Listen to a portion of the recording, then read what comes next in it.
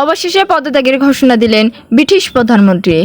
পদত্যাগের ঘোষণা দিয়ে কেয়ার স্টারমার বলেন, আমি যে সিদ্ধান্ত নিয়েছি তা আমার ভালোবাসার দেশকে সবার উপরে রাখার জন্য নিয়েছি, আর সেই কারণে আমি লেবার পার্টি নেতার পদ থেকে পদত্যাগ করছি। যে কারণে উপসাগরীয় অঞ্চলে অন্যতম ধনী দেশে পরিণত হতে পারে ইরান। 4 দশকেরও বেশি সময় ধরে চলা মার্কিন নিষেধাজ্ঞা শিথিল হওয়ার ফলে ইরানের অর্থনীতিতে বড় ধরনের পরিবর্তনের সম্ভাবনা তৈরি হয়েছে। ভারতের সঙ্গে বাণিজ্য কমছে, বাংলাদেশের উদ্যোগে ব্যবসায়ীরা। ভারত ও বাংলাদেশের মধ্যে হিলি স্থল বন্দর দিয়ে আন্তর্জাতিক বাণিজ্য দিন দিন কমে যাওয়ার উদ্বেগ বাড়ছে ব্যবসায়ী, পরিবহন শ্রমিক এবং এ খাতের সঙ্গে সংশ্লিষ্টদের মধ্যে। যুক্তরাষ্ট্রকে নিজের মতো ব্যবহার করে দিন কি শেষ হচ্ছে ইসরায়েলের? যুক্তরাষ্ট্র ও ইরানের উত্তেজনার পর 60 দিনের চুক্তিতে পৌঁছেছে দুই দেশ, তবে এখন এসে সেই উত্তেজনা পারদ যেন শীর্ষে পৌঁছেছে। তখন শুনছিলেন সংবাদ শিরোনাম, এখন জানিয়ে দেব বিস্তারিত সংবাদ। তার আগে অনুরোধ থাকবে এই ভিডিওতে লাইক দিন ও কমেন্ট করে জানিয়ে দিন কোন জায়গা থেকে এই সংবাদ শুনছেন এবং দেখছেন। অবশেষে পদত্যাগের ঘোষণা দিলেন ব্রিটিশ প্রধানমন্ত্রী। পদত্যাগের ঘোষণা দিয়ে কিয়ার স্টারমার বলেন, আমি যে সিদ্ধান্ত নিয়েছি তা আমার ভালোবাসার দেশকে সবার ওপরে রাখার জন্য নিয়েছি, আর সেই কারণে আমি লেবার পার্টি নেতার পদ থেকে পদত্যাগ করছি। তিনি জানান, আগামী জুলাই মাস থেকে লেবার পার্টি নতুন নেতা নির্বাচনের প্রক্রিয়া শুরু হবে, তবে অন্তর্বর্তীকালীন এই সময়ে তিনি প্রধানমন্ত্রীর দায়িত্ব পালন করে যাবেন এবং পরবর্তী উত্তরসূরি আনুষ্ঠানিকভাবে নির্বাচিত না হওয়া পর্যন্ত তিনি এই পদে বহাল থাকবেন। ধারণা করা হচ্ছে আগামী সেপ্টেম্বরের মধ্যে নতুন নেতা নির্বাচন প্রক্রিয়া সম্পূর্ণ হবে।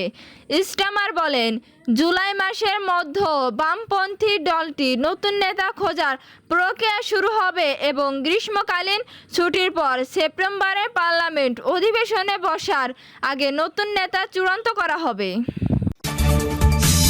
এ কারণে উপসাগরীয় অঞ্চলে অন্যতম ধনী দেশে পরিণত হতে পারে ইরান। 4 দশকেরও বেশি সময় ধরে চলা মার্কিন নিষেধাজ্ঞা শিথিল হওয়ার ফলে ইরানের অর্থনীতিতে বড় ধরনের পরিবর্তনের সম্ভাবনা তৈরি হয়েছে। বিশেষজ্ঞদের মতে এই নীতি দীর্ঘমেয়াদে বহাল থাকলে তেল রপ্তানি, বৈদেশিক মুদ্রা আয় এবং নতুন বিনিয়োগের সুবাদে আগামী 1 দশকের মধ্যে ইরান পারস্য উপসাগরীয় অঞ্চলে অন্যতম ধনী রাষ্ট্রে পরিণত হতে পারে। 22 জুন যুক্তরাষ্ট্রে 60 দিনের জন্য ইরানে অপরিশোধিত তেল উৎপাদন, বিক্রি ও সরবরাহের উপর থাকা নিষেধাজ্ঞা শিথিলের ঘোষণা দেয়। এর ফলে মার্কিন কোম্পানিগুলো সরাসরি ইরানি তেল কিনতে পাবে, ডলারের মূল্য পরিশোধ করতে পারবে এবং আগে কালো তালিকাভুক্ত ট্যাঙ্কার থেকেও তেল সংগ্রহের সুযোগ পাবে। বিশ্লেষকদের মতে 1969 সালে পর এ প্রথম এত বড় পরিসরে ইরানি তেলের ওপর বিধিনিষেধ কার্যত শিথিল হলো। ভারতের সঙ্গে বাণিজ্য কমছে, বাংলাদেশের উদ্যোগে ব্যবসায়ীরা। ভারত ও বাংলাদেশের মধ্যে হিলি স্থল বন্দর দিয়ে আন্তর্জাতিক বাণিজ্য দিন দিন কমে যাওয়ার উদ্বেগ বাড়ছে ব্যবসায়ী, পরিবহন শ্রমিক এবং এ খাতের সঙ্গে সংশ্লিষ্টদের মধ্যে। বাণিজ্যের পরিমাণ কমে যাওয়া যেমন ব্যবসায়ীদের আয় কমছে, তেমনি সরকারি রাজস্ব আদায়েরও এ প্রভাবে পড়ছে বলে জানিয়েছে সংশ্লিষ্টরা। দুই দেশের মধ্যে বাণিজ্য আবার আগের অবস্থায় ফিরিয়ে আনতে দ্রুত উদ্যোগ নেওয়ার আহ্বান জানিয়েছে ব্যবসায়ীরা। পশ্চিমবঙ্গের দক্ষিণ দিনাজপুর জেলায় হিলি সীমান্ত দিয়ে বৈধভাবে ভারত ও বাংলাদেশের নাগরিকদের যাতায়াতের পাশাপাশি পণ্য আমদানি ও রপ্তানি পরিচালিত হয়, তবে এই স্থলবন্দর দিয়ে আমদানির তুলনায় রপ্তানির পরিমাণই বেশি।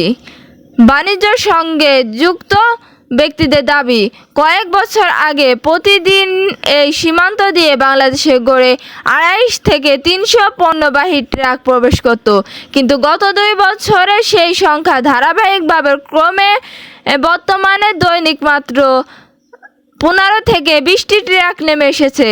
এতে ব্যবসায়ীদের আয়ের পাশাপাশি পরিবহন শ্রমিক, চালক, বহনকর্মী এবং অন্যান্য সংশ্লিষ্ট পেশাজীবীদের জীবন জীবিকাও চাপে পড়েছে।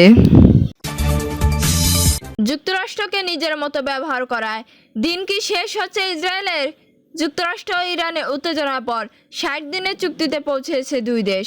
তবে এখন এসে সেই উত্তেজনা পারদ যেন শীর্ষে পৌঁছেছে। আন্তর্জাতিক রাজনীতিতে এখন সম্ভবত সবচেয়ে চর্চিত বিষয় যুক্তরাষ্ট্র ও ইরানের সম্পর্ক। যুক্তরাষ্ট্র ও ইরানের মধ্যে যুদ্ধবিরতি চুক্তি মধ্যপ্রাচ্য রাজনীতিতে নতুন সমীকরণের তৈরি করেছে। দীর্ঘদিন ধরে ইরান মোকাবিলায় যুক্তরাষ্ট্রের সবচেয়ে নির্ভরযোগ্য অংশীদার হিসেবে নিজেকে প্রতিষ্ঠিত করেছিলেন ইসরায়েলের প্রধানমন্ত্রী নেতানিয়াহু। তবে যুক্তরাষ্ট্রকে নিজের ইচ্ছামতো পরিচালনা করা তার সেই দাপুট রাজনৈতিক ভাবমূর্তি সম্পূর্ণ ভেঙে দিয়েছে এই চুক্তি।